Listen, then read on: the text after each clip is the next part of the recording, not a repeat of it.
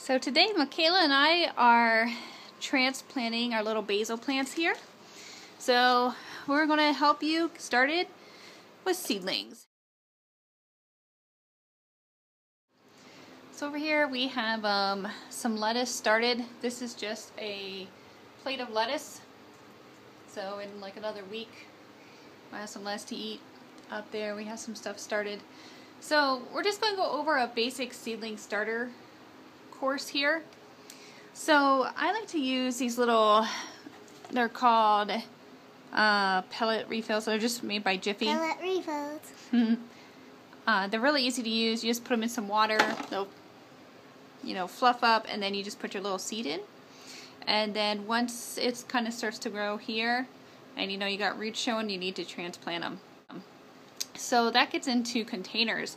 Now if you're doing a big garden, we use many things for containers. So we use plastic cups.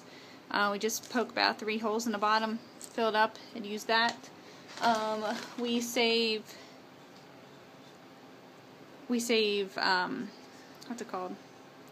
Yogurt cups. We also save our planters from the year before, and we'll also go to any kind of plastic container. So to keep gardening affordable, it's always easy or best to recycle and upcycle. So that's what we do, and right now we're using the little cups here because we have quite a few basil plants. So this is our basic setup, and you can use,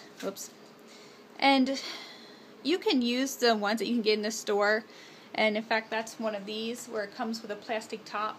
We actually always use heat pads for our planters, our seedlings, so once they get started, like over here, they'll go down here to hang out. So the peppermint, this is peppermint growing, and they have quite a bit of growth on them. So when they go down here without a heating pad to just hang out and get bigger, because we don't want to spoil the plants, so we do have to remove them somewhat fast. So these guys have already been transplanted. Oh, and some of our plants are getting dead.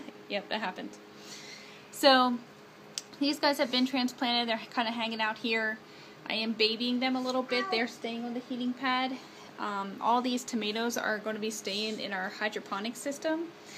We're setting up bucket systems for them so we can grow them downstairs here. So in another month, we're going to be getting ready for our plants that will go outside. So that's what we kind of get to show you what's going on. So here we use grow lights. So this little grow light here we got from Home Depot. I think that these run about $50, so they are quite a bit, but they last for quite a while. So we do use those.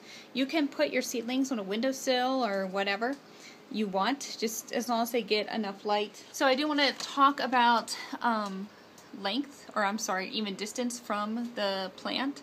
So these little seedlings here, this is all sage, and I have this close so the light isn't very far from the actual seedling. It's because I want them to stay nice and compact. If I had it way up here for these guys, they kind of be really stretching, so we'll have nice. Because if the roots are like down on here, then we might have to get a bigger cup. Smart. That's good advice. Like these. Yep, that is a bigger one. Alright, so same with the cilantro. We're going to keep the light a little bit close so it doesn't reach out and get all, kind of like tall and gaunt and, not looking so good. So we're going to keep everybody happy and the light close. And as they get a little bit bigger, then we can take the light farther away. So just to give you a little crash course on starting your seedlings, if you're going to start it with the light system, I think it's pretty easy to do. You're going to want to get a container and either just some planter soil or the little Jiffy pellets. You're going to let them soak in water and then put your seeds on. You'll put a plastic top on like that. Once the seedlings develop, you're going to remove the top and then you'll be watering them. Another reason why I like the pellets here, because they just soak up water from the bottom. Just put the water in the bottom of the tray and the roots will soak it up. You don't have to water the top of them. I think it's just a little bit too much. Once they start to grow, you can move them to bigger containers and keep them underneath the lights Remember, you don't want to baby them too much because they are eventually going to go outside. To harden them off, take them to the outside for an hour or two each day, bring them back in, and progressively just go ahead and keep that time going. So anyway, if you're starting seeds in Colorado, think about starting your seedlings about March 10th. That's when we'll be starting ours for outside. But yeah, so hopefully that gives you some pointers on what to do to start your seedlings. And if you need any help, let me know. Thanks for watching. Grow something. Right, Michaela?